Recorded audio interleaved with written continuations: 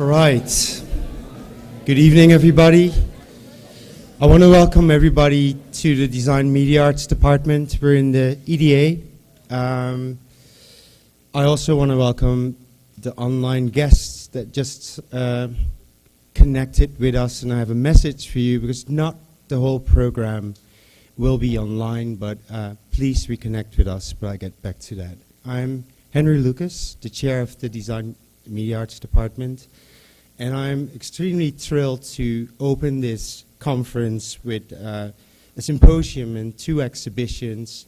Today it's going to be here with a wonderful exhibition of gadgets that you might have checked out.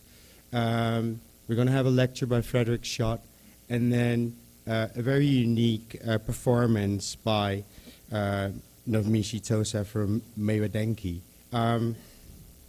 It took a long time to prepare this lecture, and I'm so happy that we finally are here opening it. I want to welcome all the Japanese guests. I'm so grateful for you guys to fly in. But especially Machiko Kusahara, who's a professor at the School of Letters, Arts and Sciences at the Waseda University in Japan, and a visiting artist at the Design Media Arts Department, and now at Art Sci Center. And she basically made all this happen. I will introduce her later so she can introduce our first guests. The program is as follows. Frederick will speak shortly hereafter. Then Maywa Denki will present. And then there's going to be a reception on the 2nd floor. That ends today, although the exhibition over there will be open tomorrow as well. And tomorrow we'll go to CNSI on South Campus, where there's going to be a symposium with several session chairs. Victoria Festna will do the first session, Erki Hutamo will do the second, and Machiko herself will do the third session. Then there's going to be a panel discussion with Peter Lunenfeld and many of the guests that are here and showing their work. And there's going to be an opening of another exhibition from many of our own students, I believe. Amongst others, Jonathan Cecil, Megan Dalder, David Elliott, Michael Kantopoulos, Lauren McCarthy, Eric Sue, and Pinar Yildiz. I need to thank Art Sci Center for making this happening. Of course, Machiko, the Design Media Arts Department, CREST, Japan Science and Technology Agency. Without all their support, this would not be happening. What else? I just want to say that it's interesting to see how a discussion like man and machine can be done in such a fun and light way, and especially the Japanese are incredibly skilled in making things really funny and light and functional at the same time. I don't have much with gadgets myself, although I was really in love with the Tamagotchi, which I was way too old for, but still it kept me going and I wanted to make it really happy. I failed sometimes. And then my iPod Shuffle, I just realized whether they thought about how wonderful it is as a tie clip. I do use it.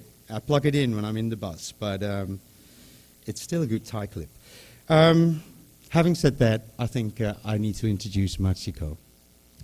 Where is she? There you go. Oh, I forgot one thing. One of my undergrads, George Michael Brower, did all the design for this conference and actually designed a drawing machine with the logo. It makes factor images and stills that he can blow up, and that's what's used for the poster. And I was hoping for a projection, but she also made it sound interactive, so that when I would speak in like low tones, it would do something. But you can actually see a demo of that outside on the screens. Mashiko. Thank you. Thank you for introducing me.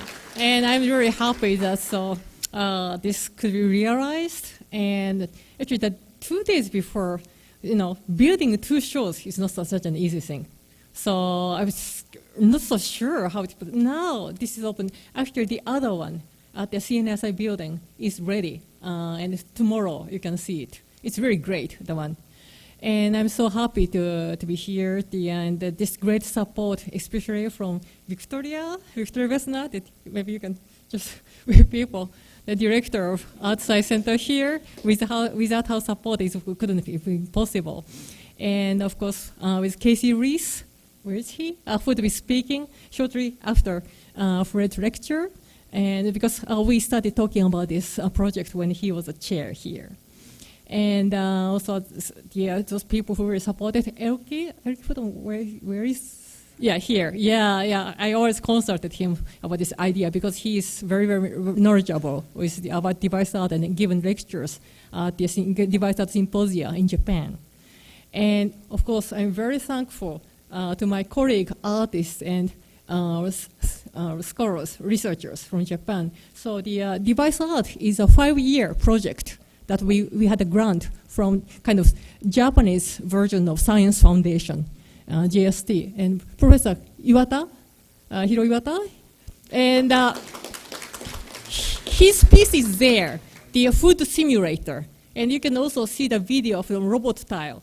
And so I'm introducing these people because maybe you want to talk to them after when they did at the reception. And Kazuhiko Hachiya,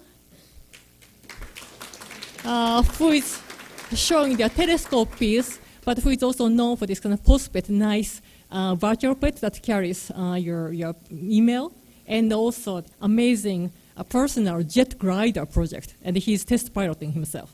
Those people who want to ask those questions about those, please contact him afterward. And Sachiko Kodama, who has been here already several times and gave lecture. So her piece is shown as a documentation, this magnetic fluid piece, which is amazing. And Nobumichi Tosa, who is there, will be giving amazing performance after this. And Masahiko Inami, please, from Keio University. He is not showing his piece, kind of crazy works, but he will be speaking tomorrow at the symposium. So now I'd like to present Frederick Schott.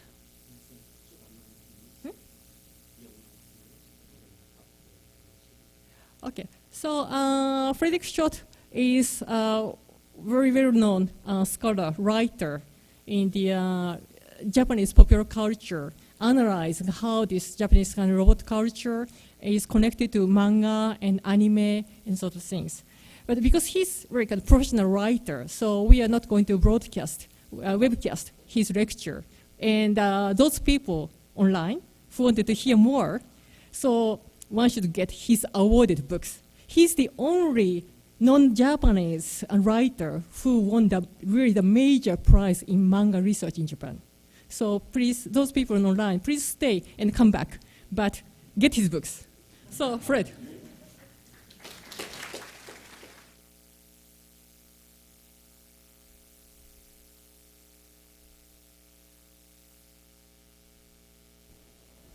Can everybody hear me?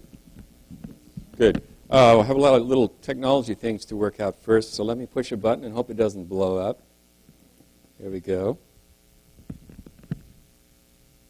Did I push the right button? Harder. It's the one that's flashing red. Now it's not flashing.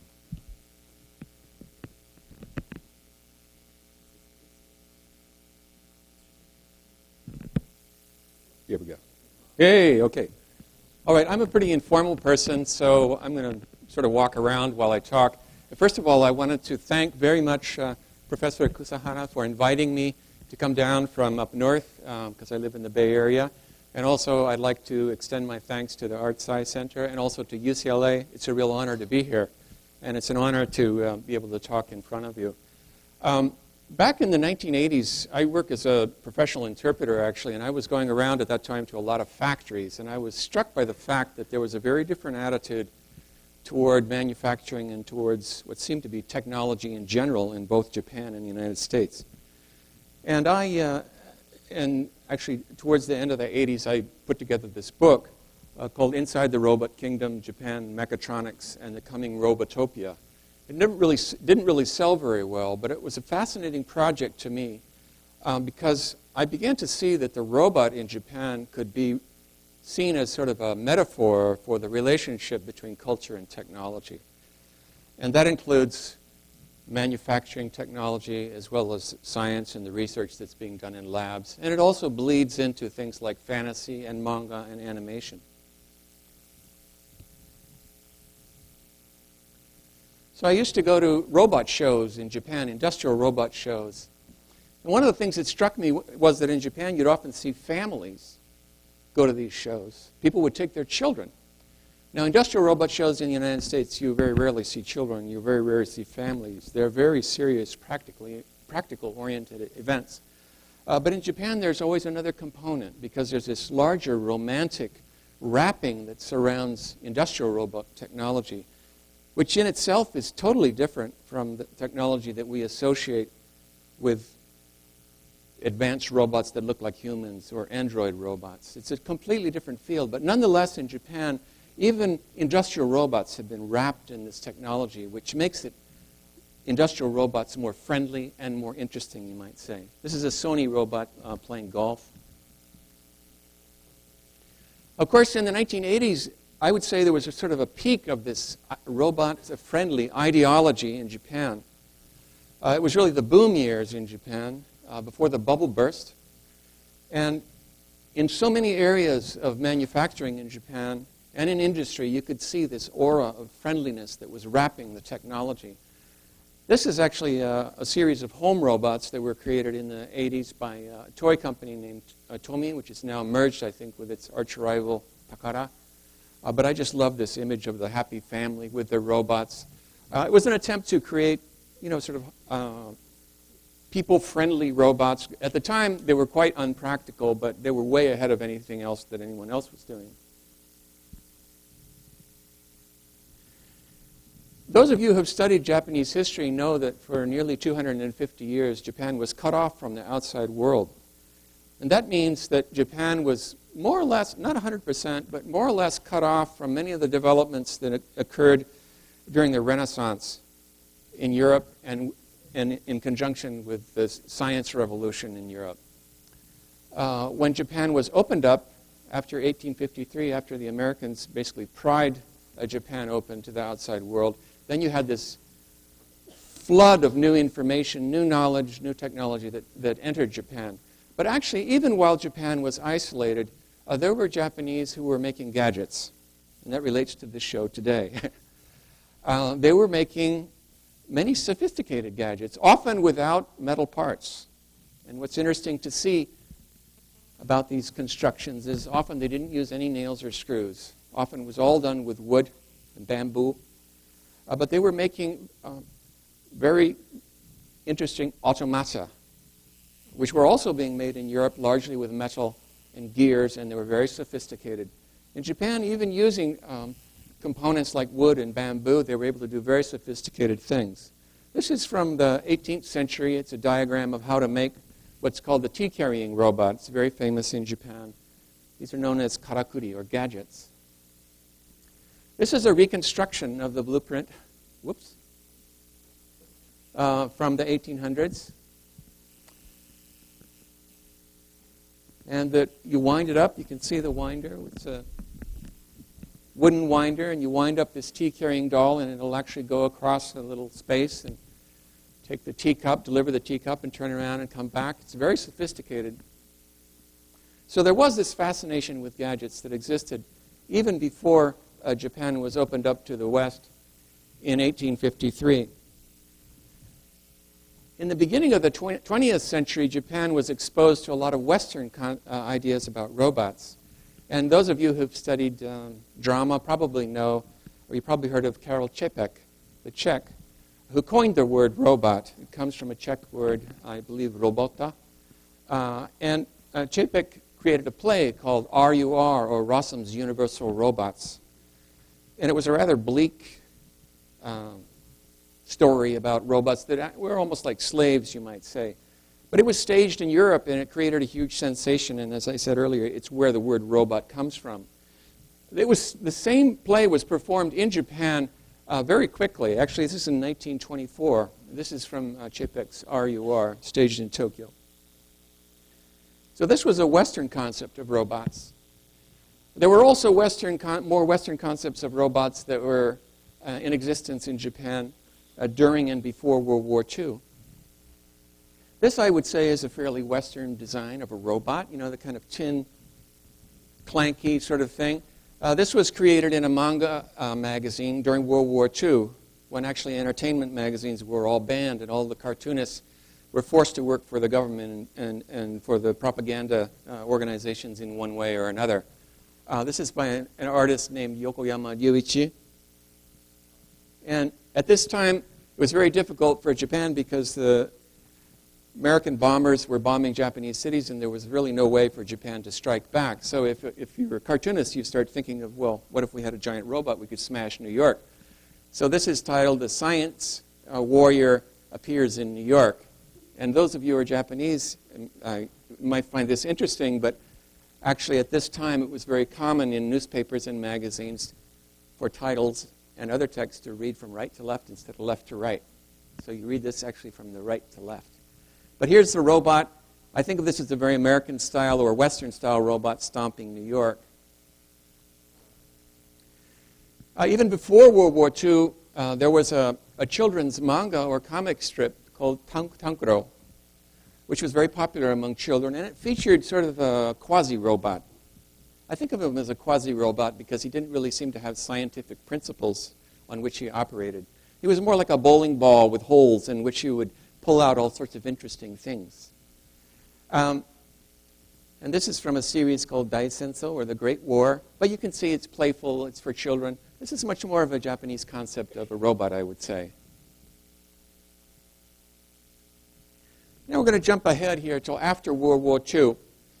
And after World War II, everything changed very much in Japan. The Constitution was rewritten. Life changed radically. Those of you, I think some of people, how many people read manga? Let's be honest here. Okay. How many people are anime fans? Okay. All right. That's good. Honesty's good. I think probably the majority of you know that Japan is the kingdom of manga, comics, and animation in many ways now. I was struck at the end of the 20th century. I was walking through Tokyo, and this is one of the major publishers in Tokyo called Kodansha.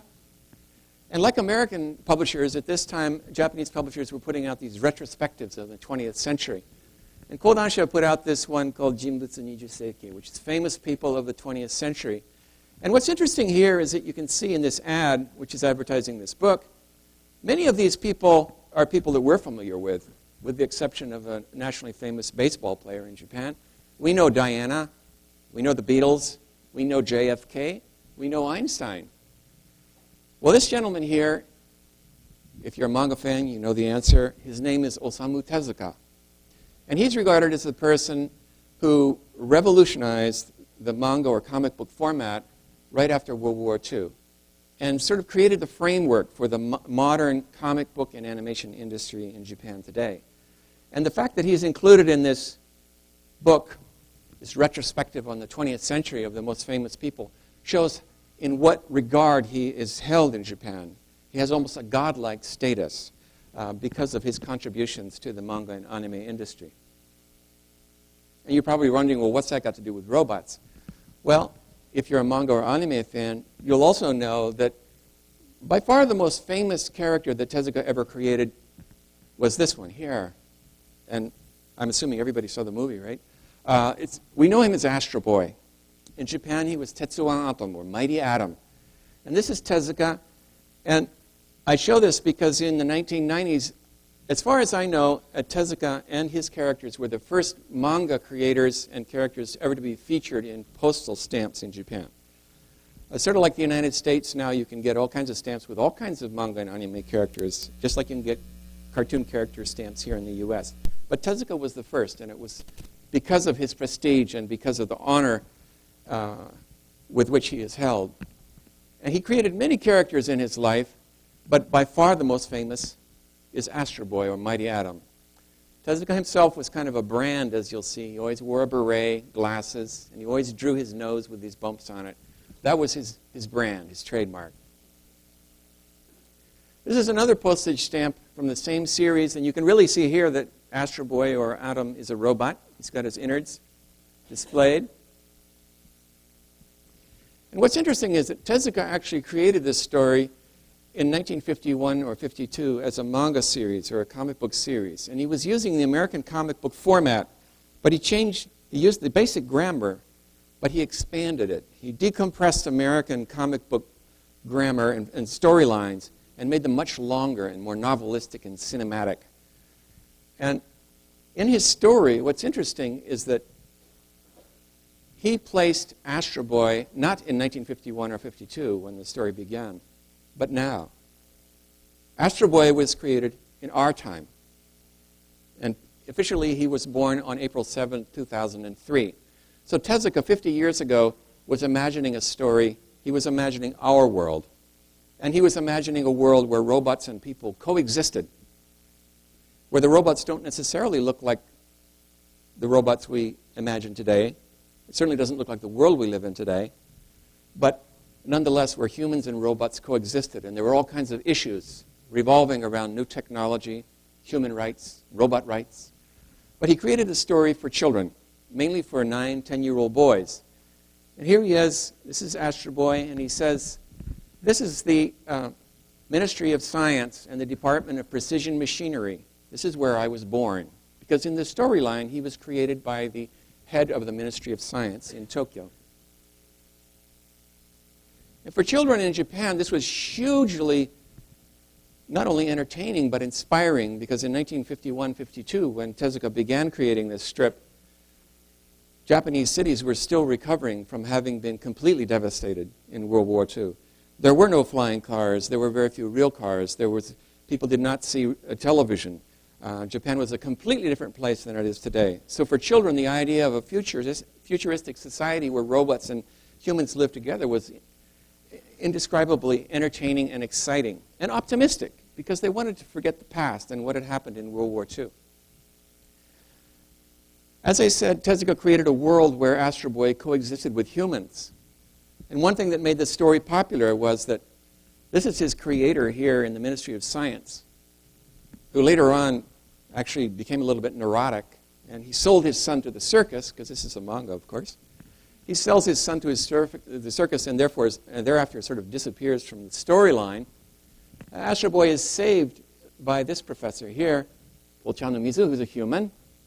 And Dr. Ochanomizu felt sorry for Astro Boy because he was a robot in a world of human children, and he didn't have a family. So Astro Boy went to a regular school, and this is his human teacher in the Ochanomizu Elementary School. These are his playmates who are humans. This is another playmate, human. But Ochanomizu also created an older brother for Astro Boy, and parents who were both robots. So one of the reasons for the popularity of the strip was the fact that Astro Boy was incredibly intelligent, and he enrolled in the 3rd grade, sometimes 4th or 5th, depending on the story. It sort of changed. But his parents were not as advanced. They weren't as sophisticated robots, so they had to enroll in the 1st grade of elementary school. This was hugely popular among Japanese kids, the whole idea that the parents would start out in the 1st grade. And there were detectives in the story, and there were a lot of adventures, and it was episodic in nature. As I said, Tezuka created a new form of comics, a new kind of comics that were very, very visual and cinematic. And you can see in some of the early pages how the images almost jumped off the page. Very vivid and alive designs that he used. He also imparted very sophisticated themes into the Astro Boy story. You can see here, most robots in the story were programmed so that they always obeyed humans, but every once in a while, of course, somebody had a faulty program. So there's a robot like Blue Knight here who says to Astro Boy, he says, "Listen to me, Astro. Humans are lazy and ignorant beasts. Now is the time for us robots to unite and rise up against them." And Astro Boy, who's programmed never to rebel against humans, he says, "Are you crazy?" And then Blue Knight asks him, he says, the existential question you always want to ask a robot. He says, "Let me ask you, Astro Boy, are you happy?" This is actually very serious stuff. You may laugh, but for an audience of 10-year-old boys, this is serious stuff. He also had very provocative themes that stressed ecology and the need to preserve nature. And I'm talking about the early 50s here. This is far before most people in Japan were thinking about ecology and the need to preserve open spaces. And he also had series episodes with a very deep political nature. So they're very provocative. None of this made it into the animation that was ever shown in the United States later. This was from a series called The Angel of Vietnam. And during the Vietnam War, because actually Tezuka started the series in 1951-52, and he drew it all the way into the 60s. In this particular episode, Astro goes to save some villagers in Vietnam from the Americans who are bombing the villagers. It's one of Tezuka's most didactic episodes. I happen to personally like it a lot. But Astro Boy smashes through the fuselage of the bomber and confronts the pilots and says, "You got to stop dropping bombs. The village ahead's filled with good people."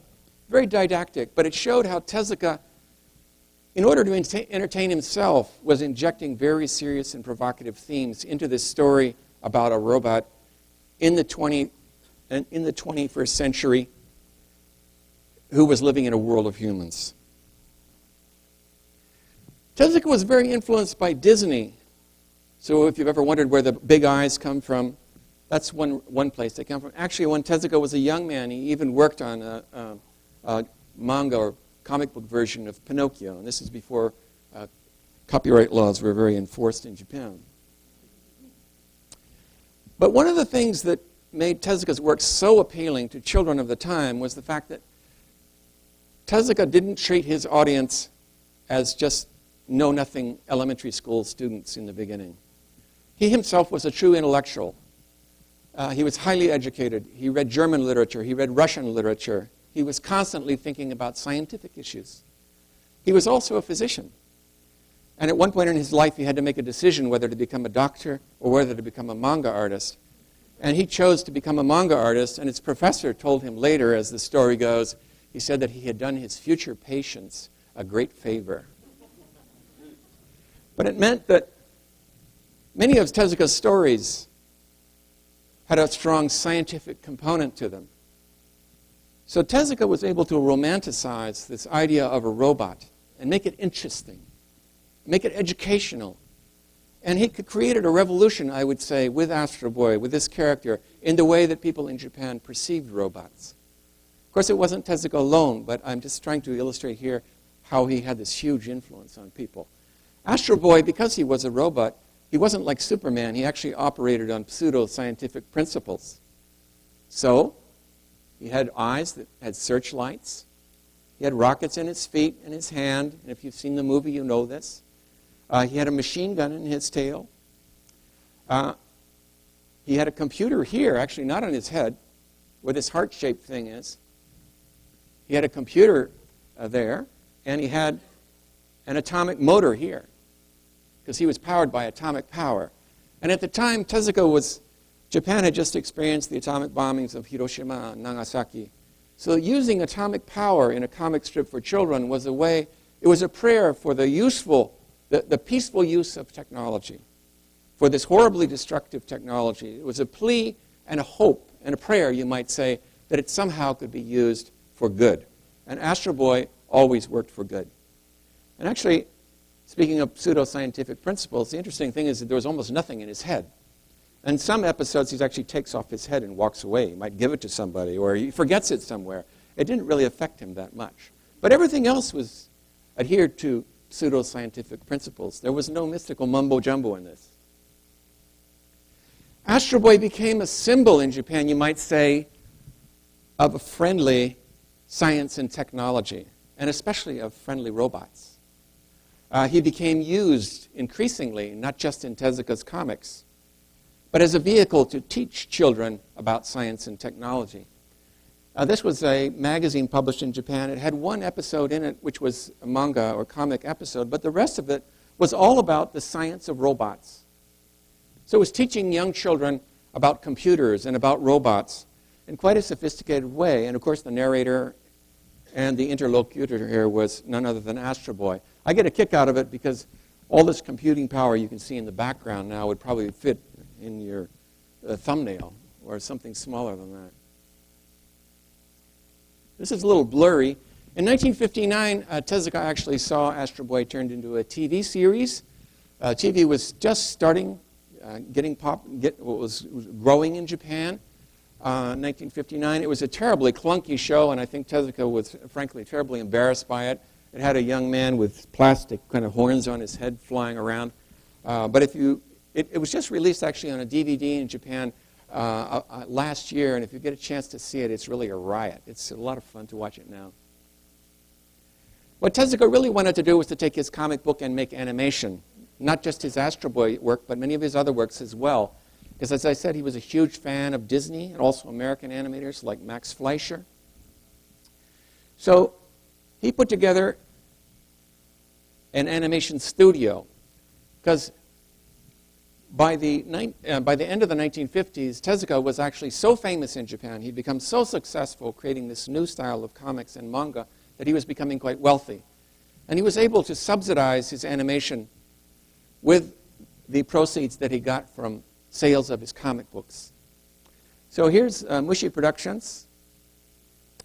And you can see that animation is a totally different process than creating comics. You need not just one person or maybe 5 or 10 or 10. You need hundreds of people to create animation. Now here's Tezuka here in the corner, a young man. And with this new studio, he was able finally to animate Astro Boy.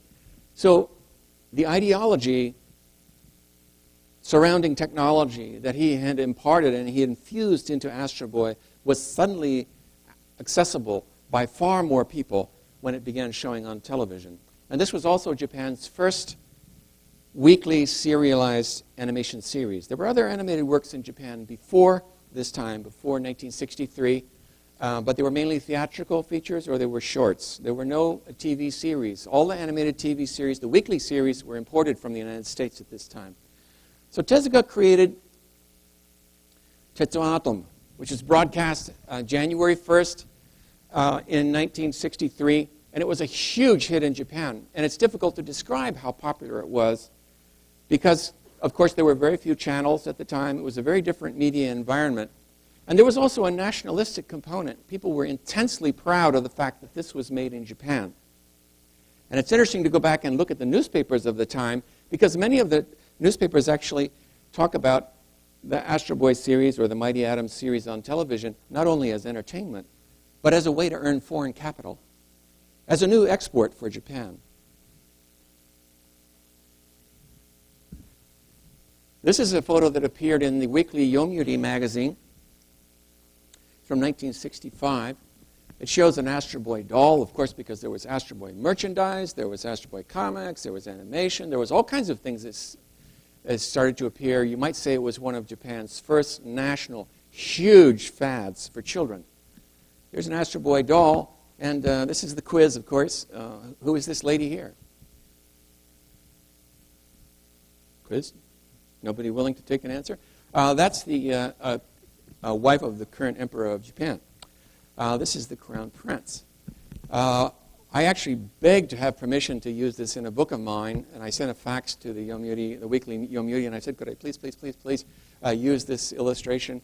And I got a fax in return, and it was in Japanese, but if I just loosely translate it, it basically said to the effect, are you kidding?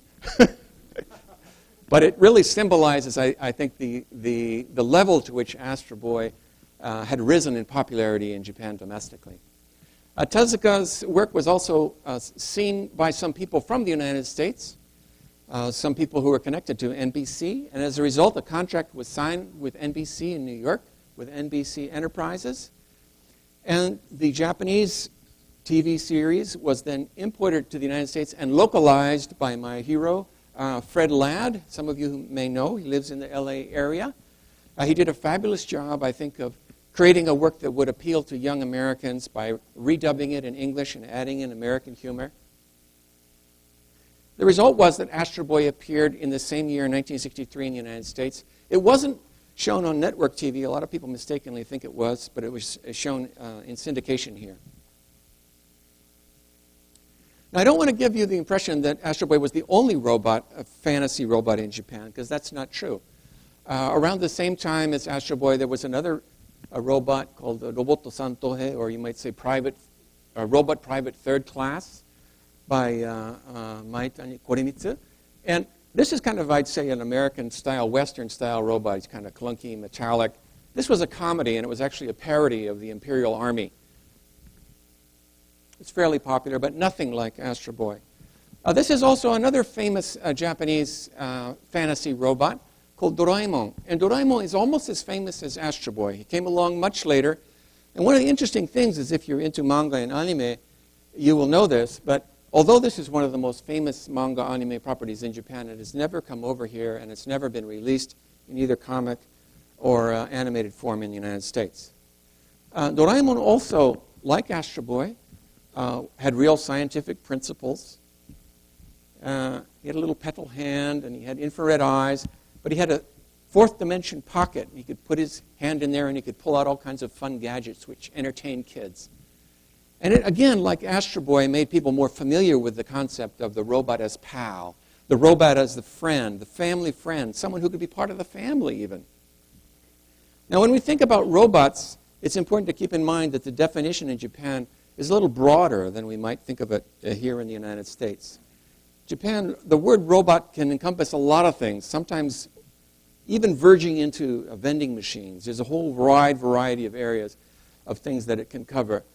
But actually, there's two main types of robots in Japanese fantasy. One are the autonomous robots. These are robots that think by themselves. And then there are robots that are not autonomous. And you could say, in a strict sense, that robots that are not autonomous are not real robots. Astro Boy and Doraemon are real robots. They are autonomous. They work by themselves. They act by themselves. Astro Boy is an android. He's created in the shape of a human. Doraemon is created in the shape of a cat. There are very few successful fantasy android robots in Japan, contrary to what many people might think. And the reason for this is actually quite simple when you think about it. If you create a robot that is too human-like, it becomes creepy, or it becomes uninteresting. If it's just like a human, what's interesting about it? Or it seems creepy. The other side, if you create a robot that's too machine-like, it's also not interesting. It's hard to relate to it. So there's a sweet spot when you create a fantasy robot that's very hard to hit. And Tezuka hit it with Astro Boy, and the creators of Doraemon hit it with Doraemon. Whoops. Whoops. And Akira Toriyama, who many of you may know as the creator of Dragon Ball, hit the sweet spot with this character that appeared in the 1980s, Arare-chan. And this is from a comic strip named Dr. Slump, which was later animated. And actually, you can buy this in translation as a comic book in the United States. He hit the sweet spot, too, with a very cute, lovable girl robot that you would want to have in your house, you'd want to have around you. Now, there's another kind of robots in Japan that we think of as robots, at least. And these are the toys, the animation, the giant warrior robots. But they're not really robots in a strict sense of the word. This is a popular robot that was created actually in the 1950s, almost the same time as Astro Boy, but he's remote controlled. He was controlled by this little kid here. And actually, this is a much later rendition of a robot as a bicycle, which I rather like. But I show it to you to indicate that there are these two types of robots. There are the autonomous ones and the non-autonomous ones. And you could say that the non-autonomous ones are not robots. In fact, Tezuka had a great quote, and if I can read it here, I'll read it. Tezuka said, he's complaining in 1985 about Japanese children. He said, "Children these days think that characters like Gundam are robots, but they are really just automatic machines. They're just tools, like giant power shovels at factory sites. To me, a real robot is something equipped to perform at least 5 or 6 different functions on its own, and it consciously chooses which to use as it operates."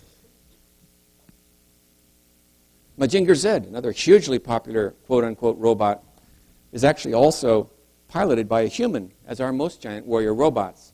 Go Nagai was really, I think, the first popularizer of this concept, where the human would pop into the cockpit of the giant robot and drive it like a car. And this was hugely popular among children because it allowed children to identify with the robot in a way that you cannot with an android robot. You get inside the robot. You drive it like a plane, like a car. What could be more fun? This is Gundam, which Tezuka was criticizing a little bit. He's probably a little jealous of its popularity. Gundam is also a human-piloted robot. So in other words, it's not a true robot in Tezuka's sense or in the literal sense. But in the larger Japanese context, this is also a robot. You can go to amusement parks and you'll see all kinds of drivable robots like Gundam in Japan. During the bubble years, I think imagination went wild, so you not only had drivable robots at amusement parks, but you also had, like this. This is a wakame menkoku. It's wakame, basically it's seaweed ramen. Okay, here we go.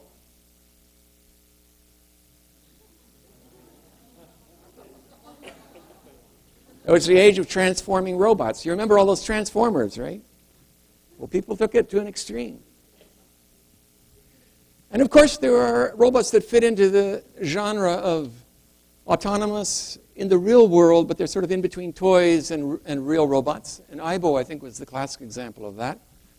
It's not an android in the sense that it's not modeled after a human, but after a dog. It was very sophisticated in function. Unfortunately, it was not very successful commercially. But it was an example of the aura and the wrapper that coats a lot of technology in Japan, and of the way companies that are generally involved in creating things like hardware and consumer goods like Sony are able to popularize their technology and make it soft and entertaining and friendly.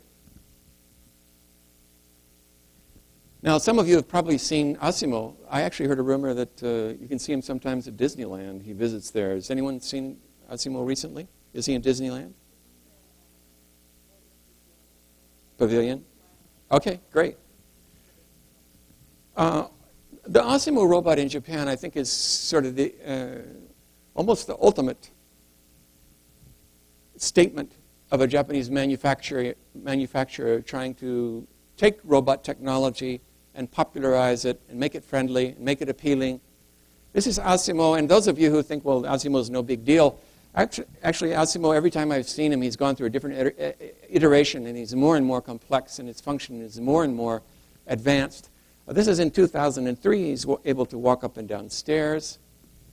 If you think this is no big deal, this is actually a very big deal, because walking is something we don't think about, but walking is controlled falling. It's very hard for a machine to do. Running is even harder, because to run, both legs have to leave the ground at the same time, even if only for a second. So this is a very, very sophisticated technology, but it's, again, coated with this aura, this ideology of technology, of friendly technology that exists in Japan. And one of the things I've found interesting is in talking with the researchers or interviewing researchers who are involved in bipedal robot research in Japan, is that many of them ultimately would like to achieve something like Astro Boy. I'm going to quote a couple here. Here's Ryozo Kato. He says, "We are of the mighty Atom generation, and we were brought up looking at Atom in comics and animation, so it just seemed like it would be a great deal of fun to create something that can walk." Here's another one, Yuji Hosoda, who said, in the late 80s. He says, "I have always created robots in the belief that someday they should be like Mighty Atom."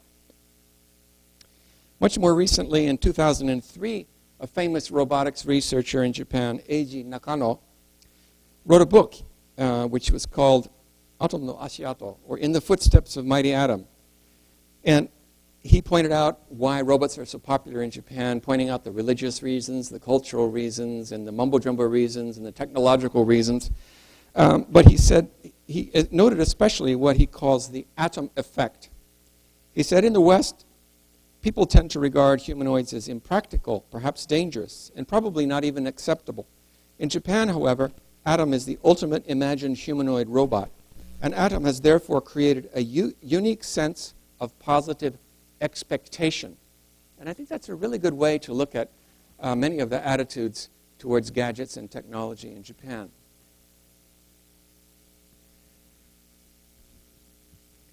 Whoops. Whoa. That photo of Asimov was in 2003 at a giant personal robot convention called Robotech 2003. And one of the big features of the convention, in addition to Asimov, was none other than Astro Boy, because in the story, as I mentioned before, Astro Boy, the original story, he was born in 2003. So again, there was this link between Astro Boy and Asimov and other robots. Now, I saw Asimov a couple years ago at the Kennedy Center. This is another iteration, and he was able to run. Very impressive. He really put the Toyota trumpet-playing robot to shame. I think Toyota shouldn't even bother to display their trumpet-playing robot. It just paled in comparison. But let's jump back to Tezuka here. Tezuka died in 1989, and he created, as I mentioned before, many other stories, many manga, many works of animation. He became known as the god of manga in Japan. But throughout his life, people always associated him with Astro Boy, with Atom, because that was his most popular and most famous character. Here he is. He liked to go to public events. I went with him to this one. It was in Kobe, called Portobia. And here he was handed a giant brush and asked to draw one of his characters. And of course, he's always asked to draw Astro Boy. Astro Boy is used in a variety of formats in Japan today. Even though Tezuka himself passed away in 1989, over the years he's advertised securities, as in stocks and bonds, but he's also advertised security as in home security systems. He's been used recently to advertise medical chairs. I've never seen these things, but I think they're the massage chairs actually you sit in, and they make you feel good. They massage your shoulders. The whole Astro Boy Pantheon, or the manga series, it's 23 paperback volumes. It's now available in English. It's gone overseas. It's in many languages. I was honored to be able to translate this, and this is available through a Dark Horse. It came out actually in 2002, 2003, so the Astro Boy view of robots is spreading around the world. It's going outside of Japan. Some of you may have seen the film last fall in October. This was a very early poster for it, advertising poster for it. Unfortunately, it didn't do very well. It was very interesting in the sense that it was a joint production. Hong Kong, LA studios. Are any people from Imagi here tonight? No? I actually liked the film a great deal. It was disappointing that it didn't do too well. But I can guarantee you that Astro Boy will not go away because he is so big in Japan and such a cultural icon that there will be many more attempts to broadcast Astro Boy overseas. In Japan, there's another reinterpretation of Astro Boy, which has created drawn a lot of attention. It's by a famous manga artist named Naoki Urasawa.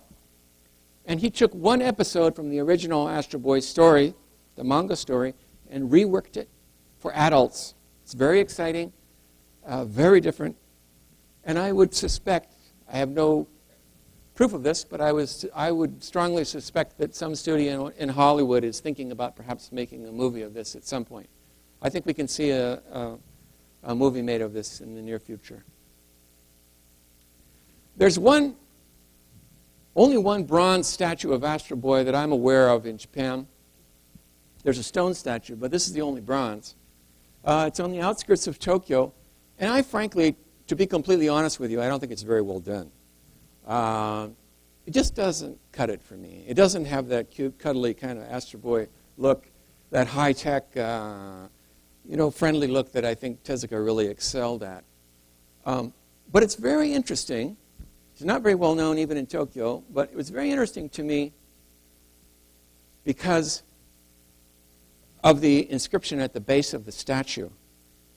And I've always thought that this, perhaps more than anything, represented what Tezuka was trying to achieve. And also represented, I think, a way to view much of the ideology that coats gadgets in Japan and coats robots and technology, even if it's manufacturing technology. And in Japanese it says, 人と人、人と自然、人と機械がいつまでも仲の良い友達でありますように. Basically, it says, we pray that humans will always be friends with other humans and with nature and with machines.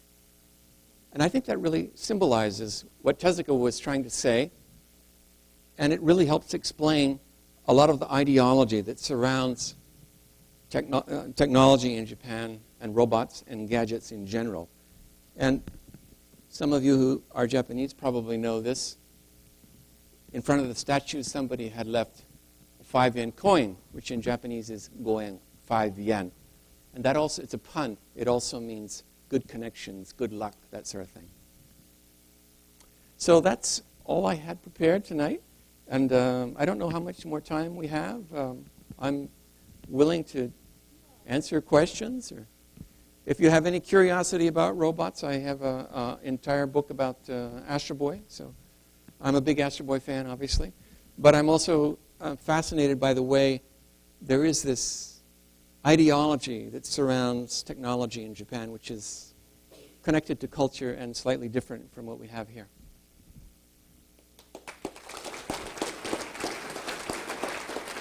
Thank you very much for a very great lecture. And it's the theme is very kind of connected to what we are trying to do.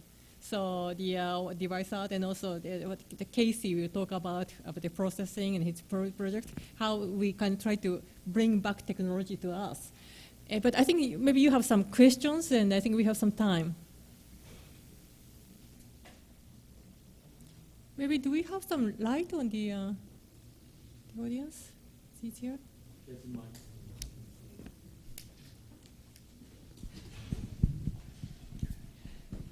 Yeah, I was intrigued by the point of kind of the optimistic, human-like characteristics of robots in Japan in the 50s, starting with the 50s compared to the more foreboding kind of Arthur C. Clarke vision in the United States.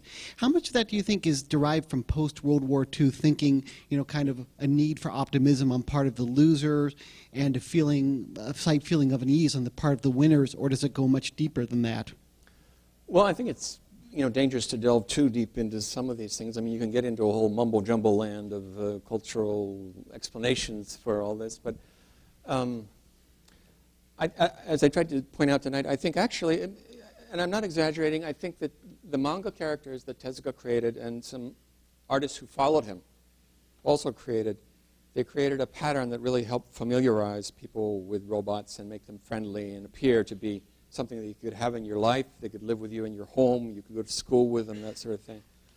And after the war, Japan was in a very different position than the United States. And I think it's important for us to keep that in mind when we think about 1951-52, when Tezuka was creating Astro Boy. The cities in Japan had been razed. Tokyo alone had more people killed in Tokyo in 3 days than there were killed in 1 day in Hiroshima. So there was very little in the way of exciting technology in Japan that was domestic technology. And I think there was a strong belief, and I've written a little bit about this in my book, but there was a strong belief at the end of the war that Japan actually lost the war because it was backward in technology. So you had a different starting point after World War II than you might have had in the United States, where people had also gone through the Industrial Revolution, and in Europe, people experienced the Industrial Revolution, which was a very painful thing. People were guinea pigs for new technologies in Europe and in the United States. And it's understandable that many of us would have a little bit more trepidation about new technology than I think in Japan. But that's getting into a real gray area where you can come up with all sorts of generalizations, and not all of them are fair and not all of them are true. I don't know if that answers your question, but maybe a little bit. I appreciate it, yeah. Yeah.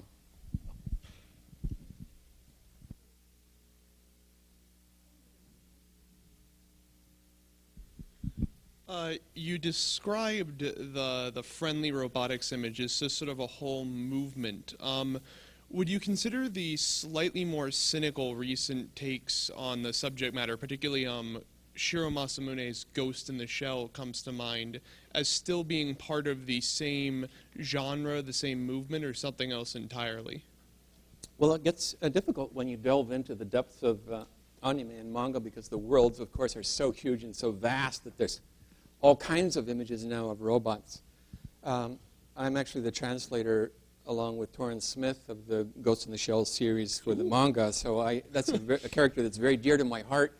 In Ghost in the Shell, the robot characters are actually not true robots, they're cyborgs, so there's a difference there. But that is much a very dystopian view, and you could say that part of that comes from the United States. I know that Mr. Shiro was very influenced by, among other things, American science fiction and Blade Runner, William Gibson, and I films would guess. like that. So there's really a give and take between the worlds of live-action film in the United States and Hollywood films, and also manga and anime now. It's going back. So it's getting harder and harder to sort of say what's a true robot character, a Japanese robot character, and what's a true American character. I mean, Transformer in the United States, the film, is a classic example.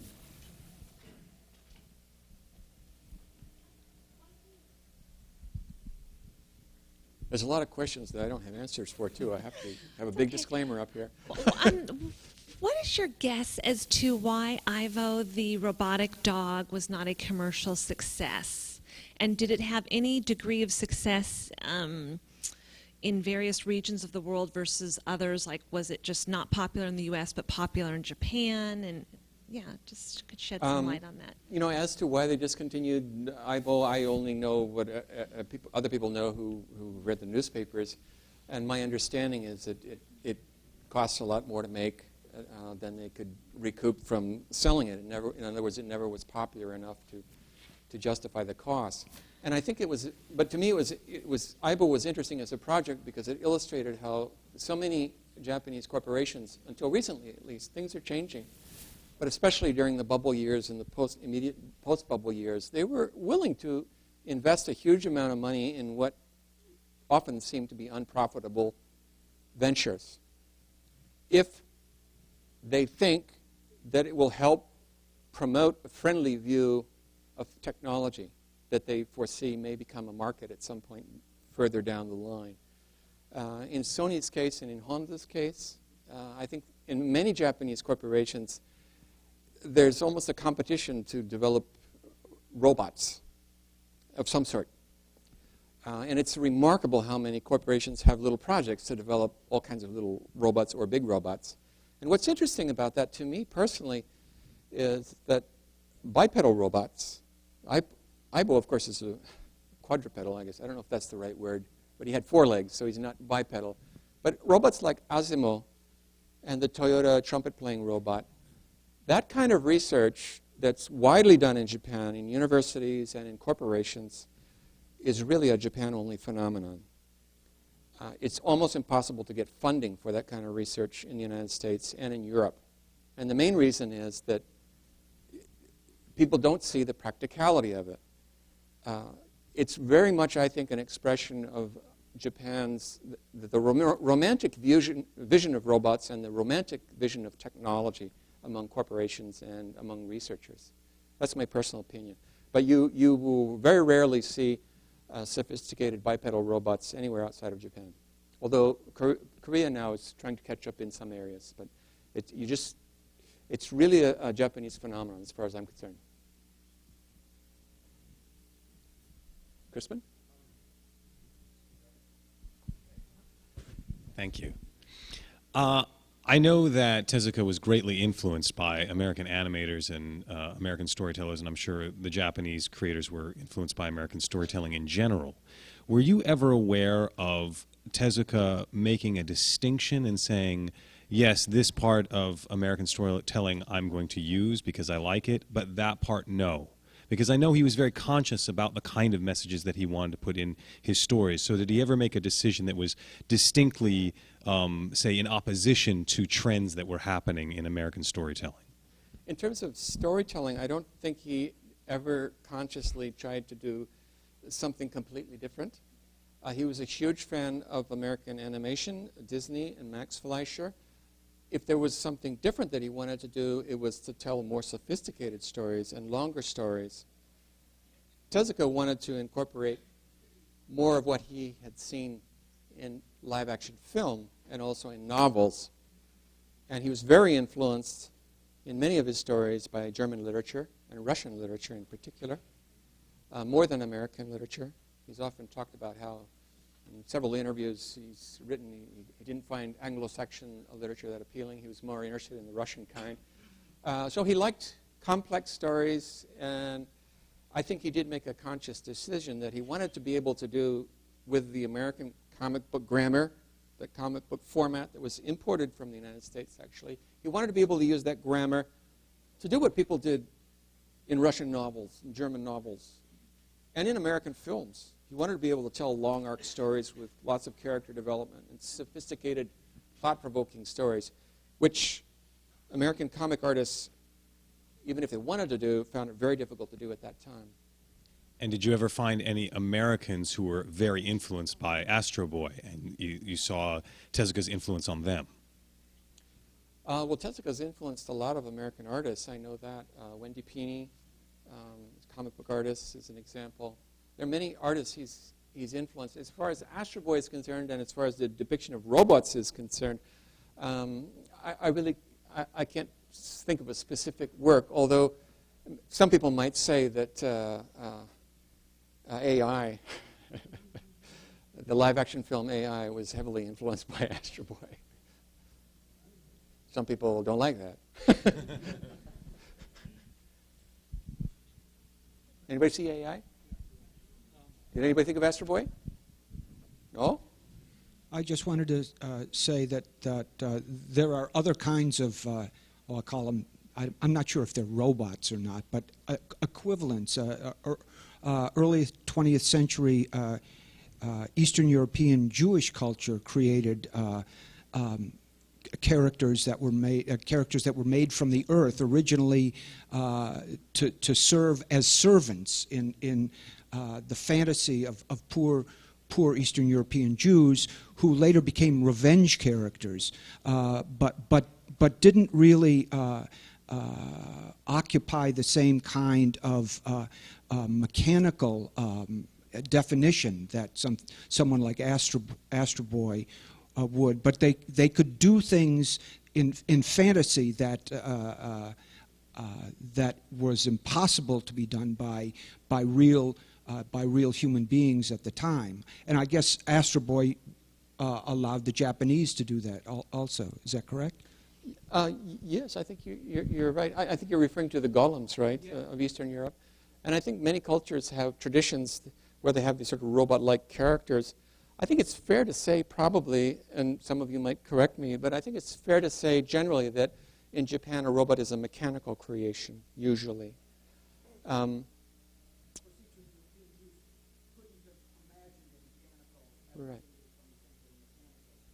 Mm-hmm. And I think most cultures have in their mythologies sort of robot-like creations, autonomously moving creatures. But certainly Astro Boy was capable of doing things that nobody else could do.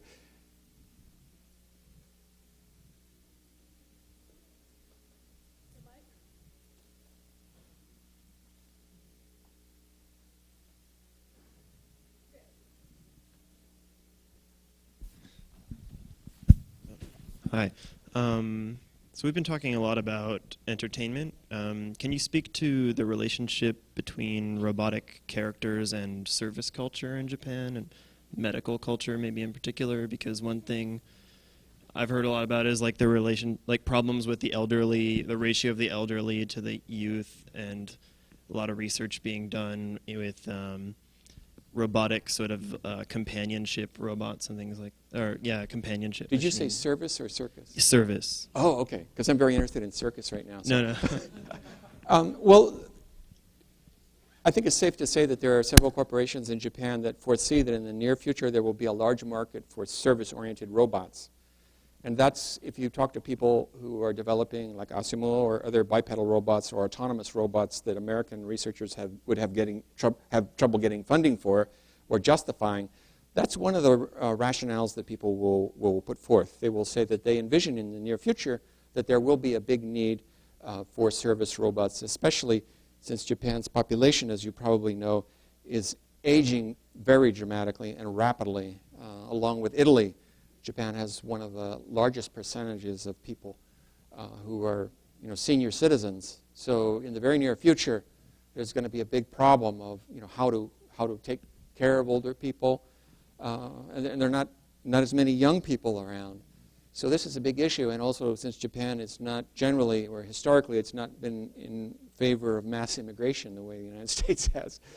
There's a limit to what you can do. So robots are viewed as one way to offset this labor shortage that is becoming critical in Japan. And people do see that as a market. If you talk with people who are developing bipedal humanoids robots, that's definitely something that they will give as a rationale.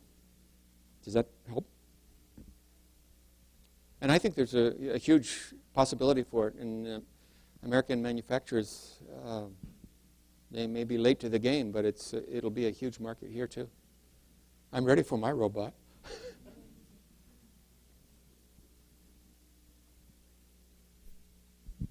Thank you. You said something interesting a bit earlier about losing the war. They attributed that to their lack of technology, and so that's primarily why they have this sudden boost after the war. But there's also this philosophical change as well, because they don't have a military, from what I understand, and Asimo is not being funded by a military, and he's not going to be a remote-operated soldier. So if there is ever such wars again, they will lose again with the advanced technology. So what is it that they have? They have won at, really. What do you? Maybe in a way you might have responded within the last question, but what do they see as a culture that they will win now with these? I don't like to make too broad generalizations, but I think one of Tezuka's goals when he was creating the Astro Boy character was to envision a world where technology, and in particular atomic energy, could be used for peaceful purposes, because Japan had been largely obliterated and they had lost the war in their perspective from this lack of developed industry and technology. In terms of military, one of the strengths, I think, of Japanese technology until recently has been the fact that it has, again, been wrapped with this friendly, peaceful ideology. So there has been this perception until recently that technology is something that's friendly, it will help us now and in the future. And that's quite different. From my experience, when you talk with Americans who are developing robots, one of the first things that always comes up is military robots and military applications of robotics. So there is a very different approach. I don't want to get into dangerous ground here, but also it's important to remind ourselves that things are changing daily in Japan. And of course, Japan has a very large military now, even though it's prescribed in terms of what it can do. It is a large military. So things are, changing.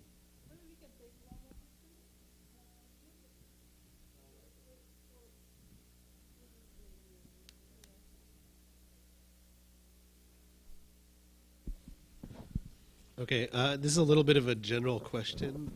As someone, it's more about what's your take on fantasy culture at large, and specifically, I was thinking recently about the split between very rational origin creation stories that fuel fantasy versus fantasy that doesn't bother with kind of a rational underpinning. So, for instance, Chinese martial arts movies, people are flying, they're doing flips, but it's not explained as a rational progression of why they do that. I was just wondering how you see Japanese culture fitting into that idea. I'd hate to make blanket generalizations, but Astro Boy, of course, was a great attempt to, in a fantasy context, to put forth reasons and explanations for all the things that are done. So he had his, servo motors and his, his components and whatnot, and there was a scientific explanation there for everything. And there are other robots in Japan where there are explanations, but it's getting into kind of a fuzzy area. I don't feel totally comfortable talking about. Okay. But actually, that's a good paper or a book right there. Are you writing one? No, I've written a paper about it. Oh, well, there you go. That's a good subject. Yeah, thank you very much. I know that there are more questions that has been already. Thank you. It's very good. Yeah, for those people who have more questions to Frederick, so please get him during the reception later, or say tomorrow he'll be speaking, also part of the panel from 3 to 5. So please come to the nanoscience auditorium, and you can find him there. So now we'd like to have Casey Reese, our former department chair. I asked him to present kind of what he has been doing, because, when it comes to device art and what you see here are kind of things which are hardware-oriented. But as I mentioned earlier, so the one of the kind of concepts behind our project is to make the technology transparent, to use the technology, to help people to be more creative, and that the artists and engineers can help doing that. And so Casey has been doing that on also software development. And I think that there are a lot of the things in common. And also some of the group members, team members, have been using the, the open source software and the kind of the collaborations as much as possible. So Casey, please.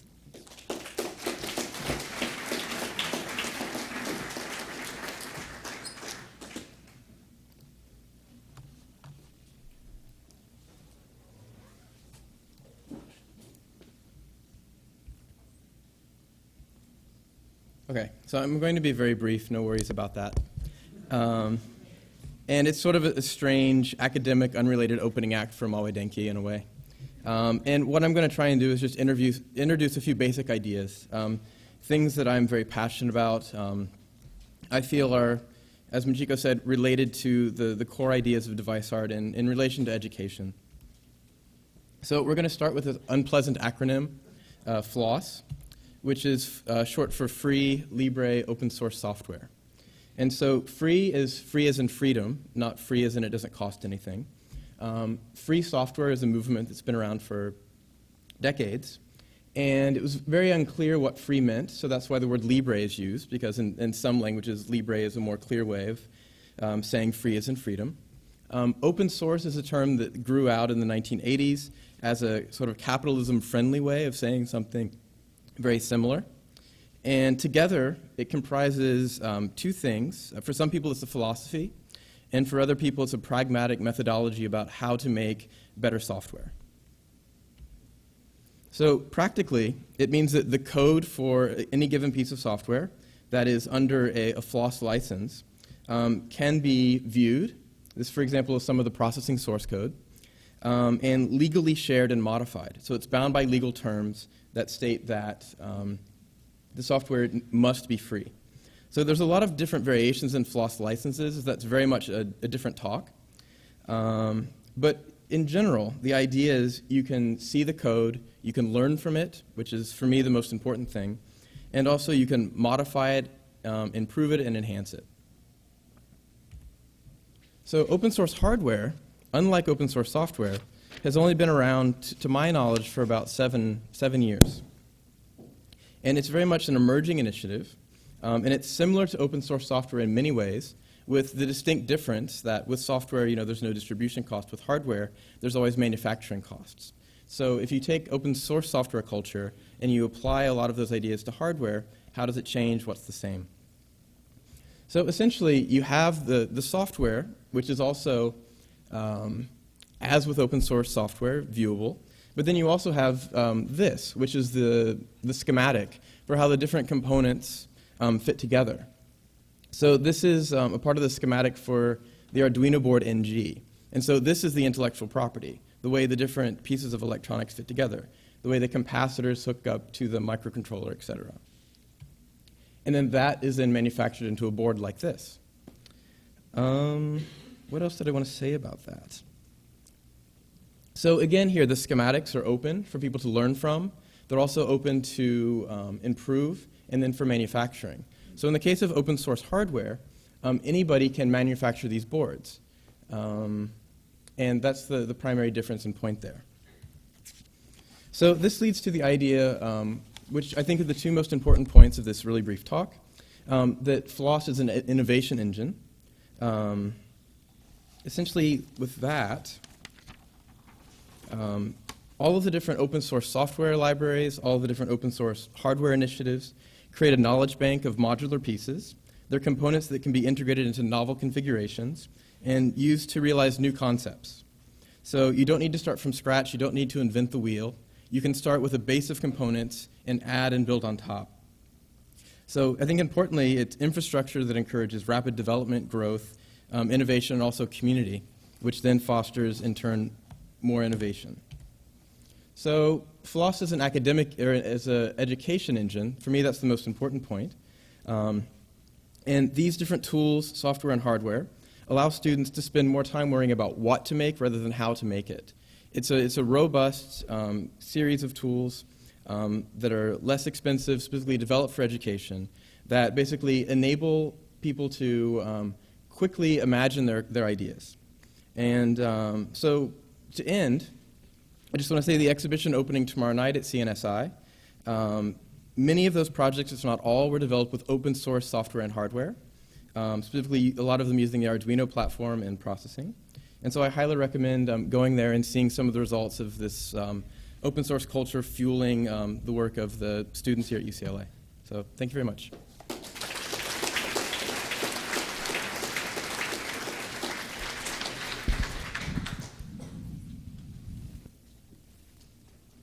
Thank you, Casey. Can I introduce Eric here? So the exhibition at CNSI is co-curated, or mainly curated by Eric Sear, one of the grad students, and he's already well-known artist. Do you want to say something? You can say something. Oh, thank you. Oh, well, didn't expect. Thanks for Magico for inviting me to curate this show. I have never done this before. This is my first time, and thanks for trusting me. I have never put this kind of stuff before, so I only put party and karaoke. So I think I did a good gadget party here, so that's great. Thank you. So now, so all the talks are over. So now we have the opening performance of Maywa Denki. How many minutes do you need to prepare? 1 minute. Wow, great. So Nobumichi Tosa, who is the founder of Maywa Denki and the CEO of Maywa Denki, so he's going to present one of the earliest products and maybe one of the latest products.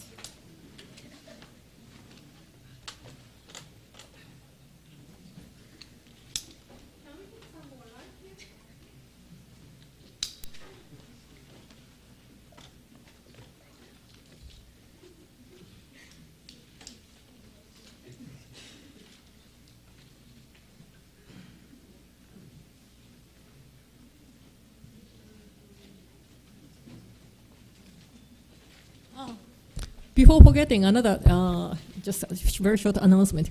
Frederick Schott, who spoke, he happened to bring some of the copies of his award-winning books. So those people who want to buy books from him directly, please see him later. Do you have a question? Okay. My name is Nobumichi Tosa.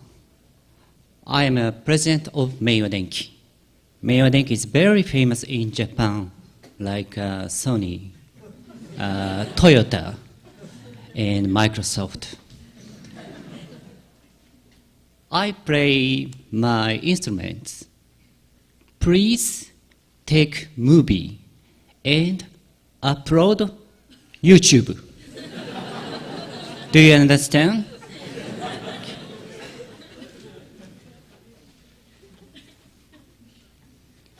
Listen to my heart.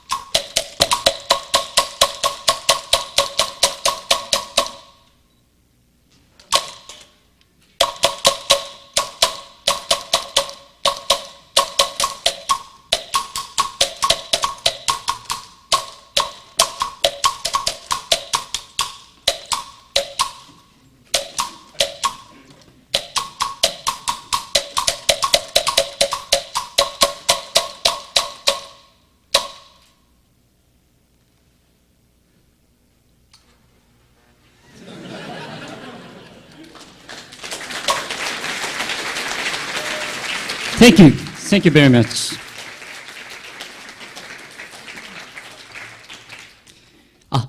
I explain this instrument. Sorry. Oh, please.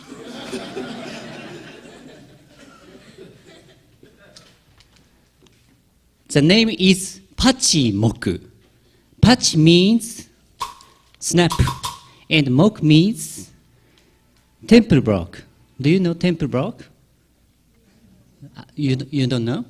Japanese Buddhists hit this temple block with a pray. Do you understand? Okay.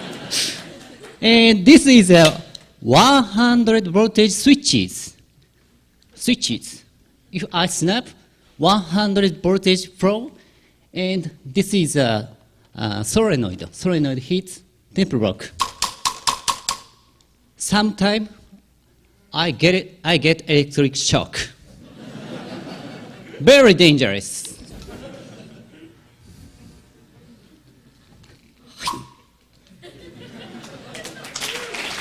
Thank you. Thank you.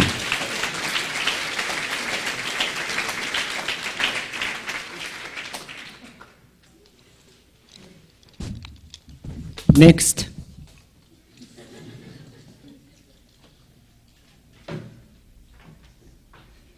This is Maywa Denki new product. The name is Automaton. Automaton.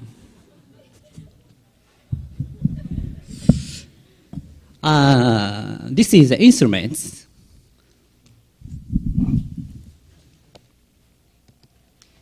This is switchy.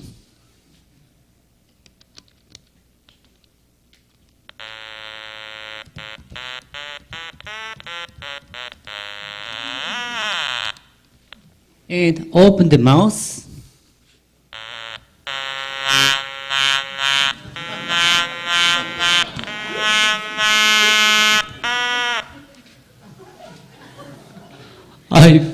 I play the music.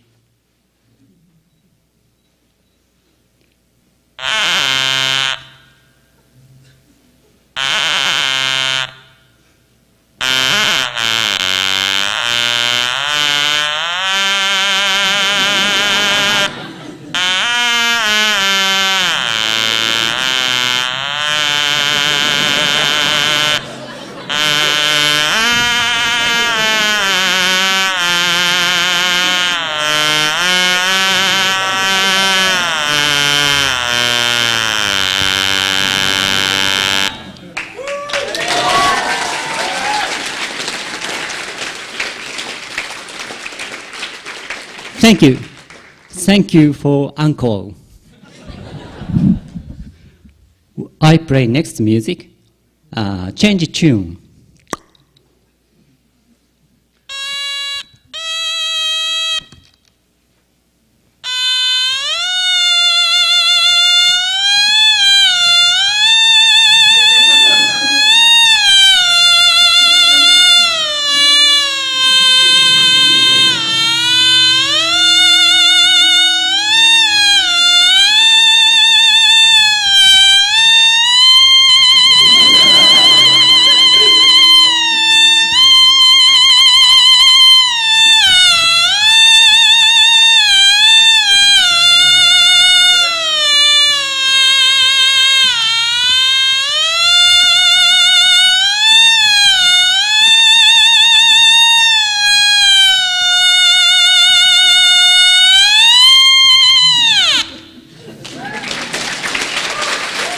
Thank you. Thank you very much. You can buy giant robots. Please buy. Thank you. Thank you very much.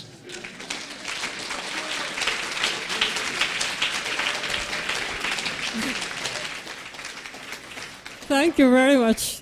Actually, so that. Oh, Tsusa-san, you have the encore.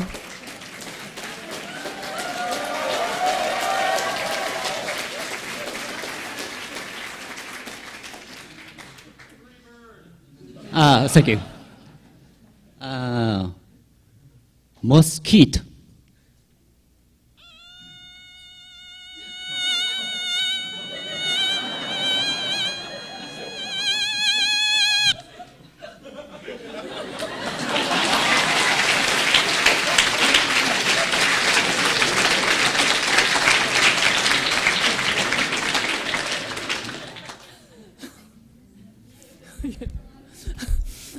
Thank you very much. I don't know what to say.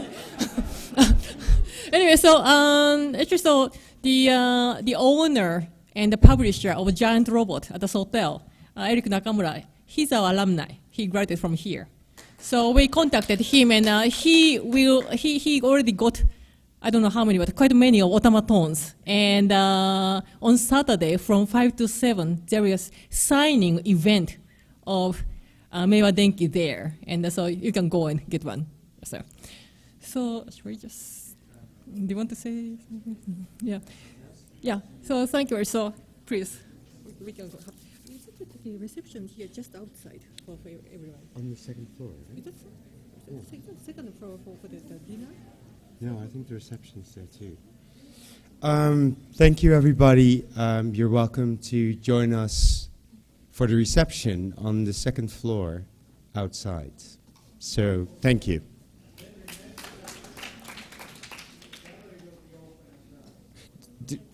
The gallery will be open as well, as you've heard Eki say.